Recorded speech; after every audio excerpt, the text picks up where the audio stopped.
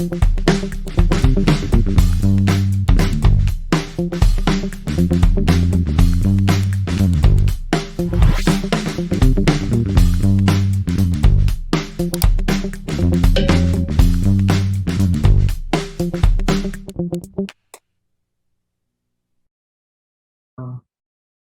Bung Karno ini sendiri itu malah banyak diincar, baik itu dari orang dalam negeri sendiri atau juga ada orang-orang luar negeri, bahkan ada CIA itu sendiri juga mengincar Bung Karno ya.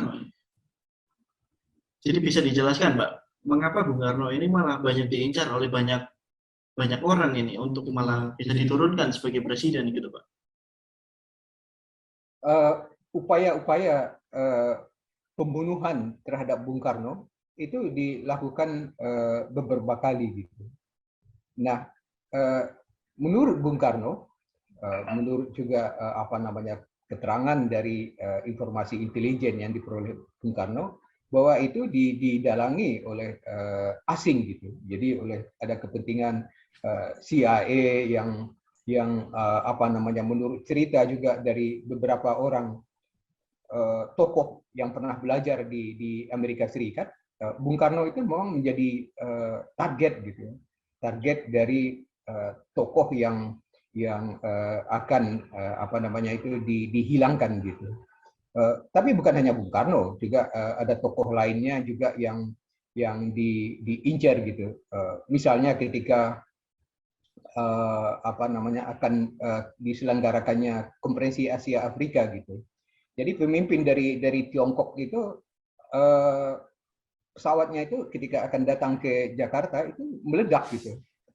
Tetapi untungnya Chou En-lai itu tidak berada di pesawat itu. Dia mengundurkan kedatangannya sehingga dia selamat gitu.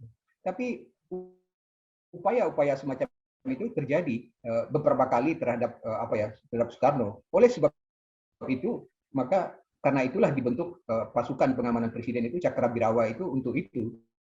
Setelah melewati hampir 10 kali ya upaya pembunuhan terhadap Bung Karno, termasuk upaya penggranatan di Cikini gitu.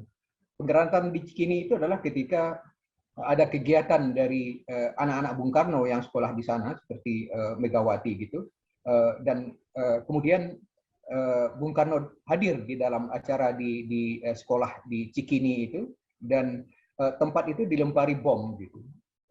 Nah, kemudian yang melakukan itu ditangkap dan diketahui ya bahwa mereka itu betul yang mungkin ya kalau sekarang itu bisa disebut dengan ekstrim kanan gitu.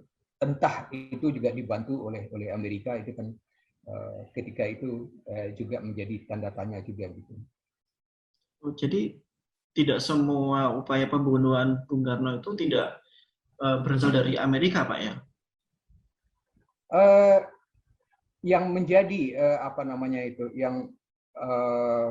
menjadi sangat berkepentingan terhadap atau sangat menganggap Bung Karno itu berbahaya, itu Amerika gitu. Karena Bung Karno terutama setelah tahun 95 itu menjadi tokoh dunia ketiga ya. Dunia ketiga yang berusaha mengimbangi selain dari blok barat dan blok timur gitu. Tapi Bung Karno bukan hanya itu, Bung Karno juga mengecam Amerika gitu. Nah, inilah yang menyebabkan dia dianggap berbahaya gitu, sehingga ya harus disingkirkan gitu. Jadi tentu tidak berarti bahwa upaya penyingkiran itu akan selalu dilakukan pada setiap masa kepresidenan di Amerika gitu. Kita tahu misalnya John Kennedy, presiden Amerika yang sangat dekat dengan Bung Karno gitu ya. Walaupun di sisi yang lain ada pada masa-masa tertentu CIA itu melakukan ofensif terhadap pemimpin-pemimpin di dunia termasuk Bung Karno gitu. Oke, jadi ada beberapa upaya pembunuhan itu malah sebenarnya kalau bisa saya baca itu ada beberapa yang gagal. Tapi bisa dijelaskan nggak Pak tentang upaya pembunuhan terutama di tahun 65-66? Ini kan titik krusial di mana Bung Karno ini diturunkan ini. Jadi Bapak bisa menjelaskan bagaimana prosesnya dari peristiwa 65, tapi kemudian Bung Karno kemudian bisa diturunkan dengan, apakah itu benar kudeta dari Soeharto sendiri, loh, Pak? Iya, saya melihat upaya pengalihan kekuasaan itu tidak berlangsung dengan cepat ya. Terjadi gerakan 30 September. Sesudah meletusnya gerakan 30 September, memang terbunuh beberapa orang jenderal yang kemudian diikuti dengan pembunuhan terhadap terhadap ratusan ribu orang yang dianggap PKI ataupun ormasnya ataupun yang dianggap terlibat G30S gitu. Nah, semuanya itu berkelanjutan itu ketika itu Soekarno masih tetap menjadi presiden gitu. Tapi kalau kita lihat dalam jangka yang cukup panjang ya, misalnya dari 30 September tahun 65 sampai 11 Maret tahun 66, terlihat betul bahwa ada upaya yang sistematis itu untuk menurunkan Soekarno, untuk menaikkan Soeharto itu sebagai presiden gitu. Saya melihat walaupun sudah terjadi pembunuhan terhadap para jenderal dan Bung Karno ketika itu sudah berusaha ya misalnya mencegah atau tidak membolehkan adanya pembantaian besar-besaran yang terjadi sesudah tahun 65, tapi itu kan tidak dilakukan. Pembunuhan itu tetap berlangsung, dan yang menarik itu adalah satu peristiwa gitu menurut hemat saya itu pada tanggal 15 Desember tahun 65. Apa yang terjadi pada 15 Desember tahun 65 ketika itu sudah terjadi semacam dualisme kekuasaan. Soekarno memang presiden, tapi Soeharto juga ketika itu juga punya kuasa gitu.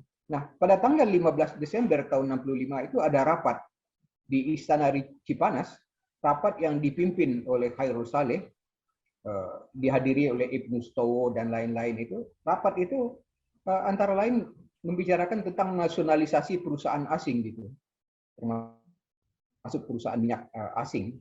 Nah, ketika itu Soeharto datang dengan helikopter. Yang menarik kenapa dia tidak menggunakan mobil gitu. Tapi karena dengan helikopter, jadi dianggap ini sesuatu yang sangat penting. Dia datang dengan helikopter ke Cipanas dan turun dari helikopter, masuk ke dalam ruangan dan mengatakan sesuatu yang sangat singkat gitu, bahwa Angkatan Darat itu tidak setuju dengan nasionalisasi Caltex. Gitu. Nah, ini sangat tegas gitu.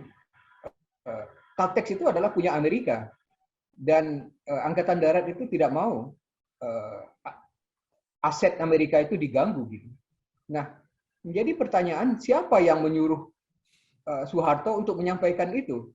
Soekarno jelas tidak. Soekarno setuju dengan nasionalisasi karena itu akan mendatangkan uang untuk Indonesia gitu. Tetapi siapa yang bisa mengatur Soeharto itu untuk menyampaikan hal itu gitu? Ini kan juga mungkin tidak usah menjadi tanda tanya, kita bisa menebak siapa yang kira-kira gitu punya kepentingan gitu. Tapi itu terjadi dan itu dimuat di dalam memoarnya Marshall Green dan juga ada di dalam arsip kedutaan Amerika yang sudah dibuka mengenai tahun 65 gitu ya.